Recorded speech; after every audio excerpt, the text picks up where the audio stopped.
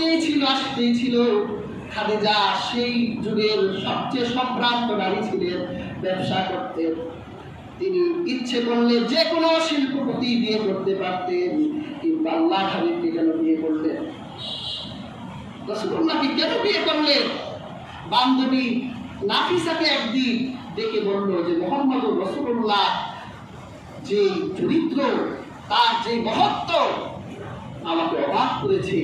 আমার ব্যবসায়িক কাজে এত ম্যানেজার নিয়োগ দিলাম, আমার ব্যবসা নষ্ট করে দিয়েছে, আমার হিসাব দিতে পারে না। কিন্তু মোহাম্মদ আমিনকে যখন আমি নিয়োগ দিলাম সিরিয়ার বাজারে, রাসূলুল্লাহ যখন গেলেন, সুবহানাল্লাহ, রাসূলুল্লাহ চেহারা দেখে সিরিয়ার ব্যবসায়ীরা রাসূলুল্লাহর কাছে আসে। এত কাস্টমার রাসূলুল্লাহ মাইসারা বলে যে আমি দেখলাম খাদিজার জীবনের সবচেয়ে বড় ব্যবসা সফল একটি তেজারত করে মোহাম্মদ খাদিজার কাছে দিয়ে রাসূলকে ছাড়তে চাইল না। 5 বছর পর্যন্ত রাসূলুল্লাহ তার ব্যবসায়িক কাজে নিমগ্ন হলেন। একবার বান্ধবী নাফিসাকে বলল যে আমার দেখো তো, আমার 40 বছরে আমার যৌবন কি কমে গেল নাকি, লাবণ্য কমে গেল নাকি? মাইসারা বলল, আপনি ধনী এক নারী, উচ্চ বিলাসী জীবনযাপন, এত তাড়াতাড়ি বয়স আপনাকে দুর্বল করে দেবে, এটা তো হতে পারে না। এখন আপনার রূপার লাবণ্য, এখন আপনি বিয়ে করতে চাইলে আরবের হাজার হাজার সুন্দর যুবকরা আপনার পিছনে লাইন করবে। দেখো, আমি তো চরিত্রবান একটি পুরুষ চাই, মুহাম্মদুর রাসূলুল্লাহর মতো। নাফিসা বলল, একটা প্রস্তাব দিয়ে দেখি। বলল যে না, মুহাম্মদ যদি একটু লজ্জায় করে রাজি হয়ে যায়, তার ইচ্ছে আমি হস্তক্ষেপ করতে পারি না। নাফিসা বলল, সাহস নিয়ে একটা প্রস্তাব দেই।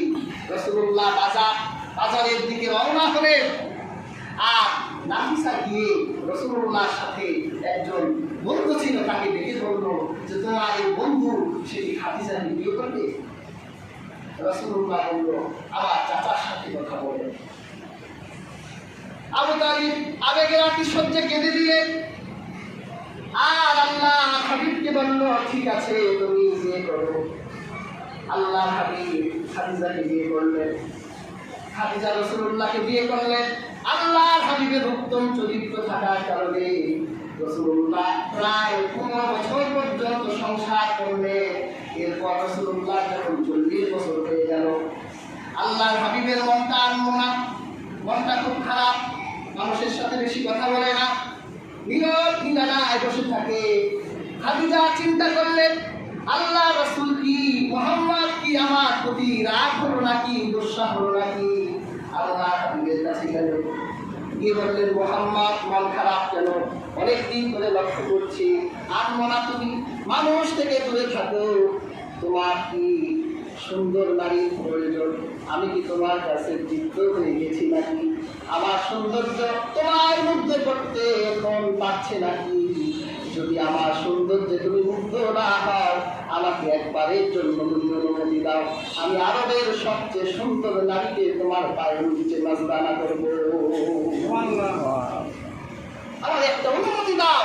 রাসূলুল্লাহ বলেছিলেন, না, আমি এই আরবের জাহেলিয়াতের সমাজে, অন্ধকার আচ্ছন্ন সমাজের মানুষের অবস্থা দেখে মনক্ষুণ্ণ, যদি অন্ধকার মানুষের মাঝে আলোর মশাল জ্বালায় দিতে পারতাম, তাহলে আমার মন ক্ষান্ত হতো, আমি খুশি হতাম। আর হাজিরিন, সেই মুহূর্তে রাসূলুল্লাহ একজন নারী তার পায়ের সামনে নাজরানা দেওয়া হবে, কখনো রাসূলুল্লাহ তার চরিত্র থেকে বিচ্যুত হন না।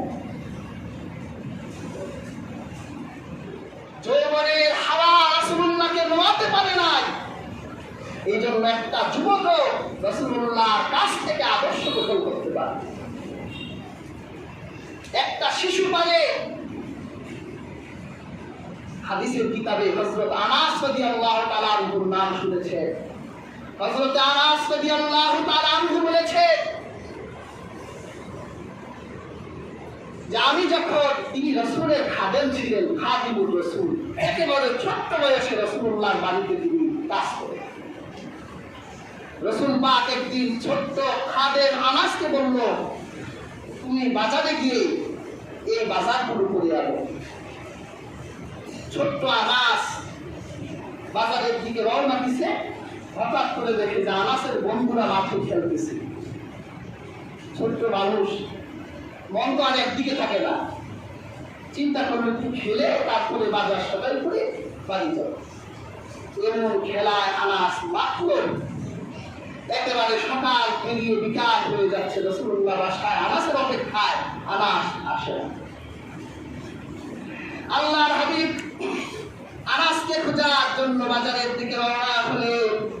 রাসূলুল্লাহ যখন বাজারের দিকে রওনা হলেন, দেখলেন মাঠে শিশুরা খেলছে আর দর্শকেরা সেই খেলা দেখছে।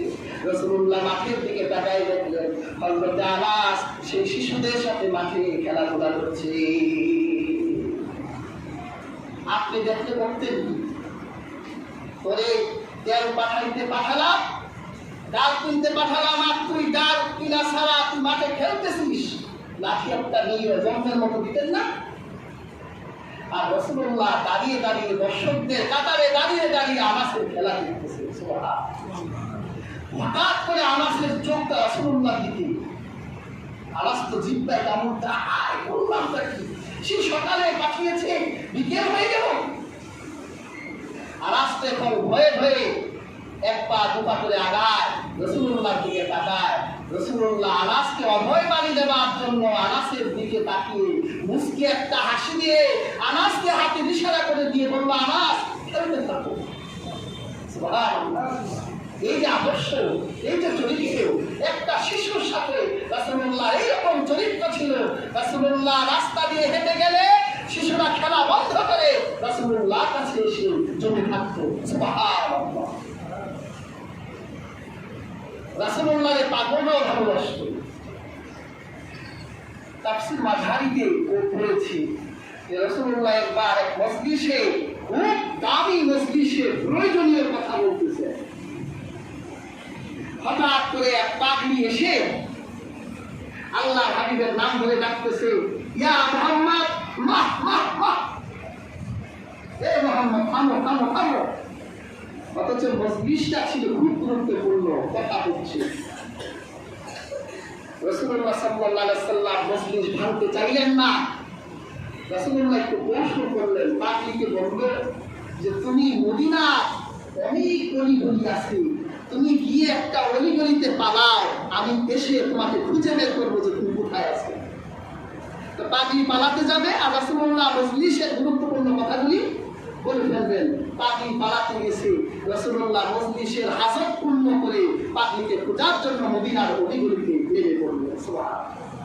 গিয়ে দেখে পাগলি পালায় আছে এক গলির ভিতরে।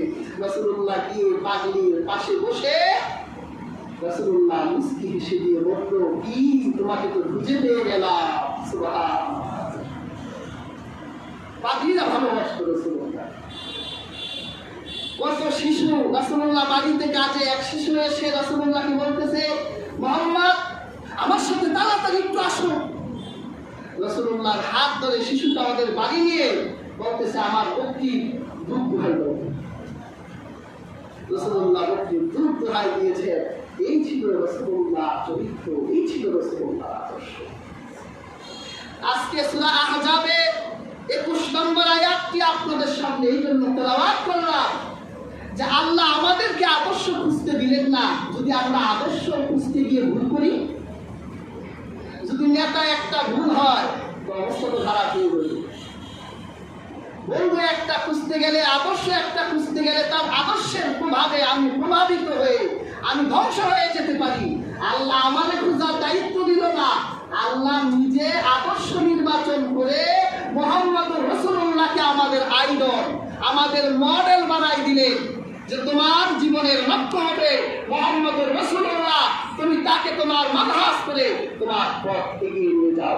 জীবনের প্রত্যেক ক্ষেত্রে রাসূলুল্লাহ অনুসরণ করো, তাহলে দুনিয়ায় তোমার জন্য সফলতা আসবে, আখিরাতে তোমার জন্য সফলতা আসবে। আজকে কার চরিত্র আর কার আদর্শ রেখে কারে করলাম, যার আদর্শ নিলাম তার দিনে এক চরিত্র, রাতে আরেক চরিত্র। দিনে হাজার হাজার কথা দেয়, আমি এই হতে পারলে আমি পাহাড় কেটে শহর বানাই দিব, শহর কেটে পাহাড় বানাই দিব। রাতের বেলা মদ নিয়ে নারী নিয়ে ব্যস্ত, দিনের চরিত্রে রাতের চরিত্র এক। আর মুহাম্মদ সাল্লাল্লাহু আলাইহি ওয়াসাল্লাম এমন আদর্শ, তিনি সূর্যের আলোতে তার চরিত্র যেমন, চাঁদের পূর্ণিমা চাঁদের অন্ধকারেও তার চরিত্র এরকম। কাজেই আমরা আমাদের জীবনের আদর্শ হযরত মুহাম্মদ সাল্লাল্লাহু আলাইহি ওয়াসাল্লামকে করে আমাদের জীবনকে রাঙিয়ে দিই। আল্লাহ তাআলা আমাদের প্রত্যেককে সেই শক্তি সমর্থ তৌফিক দান করুন।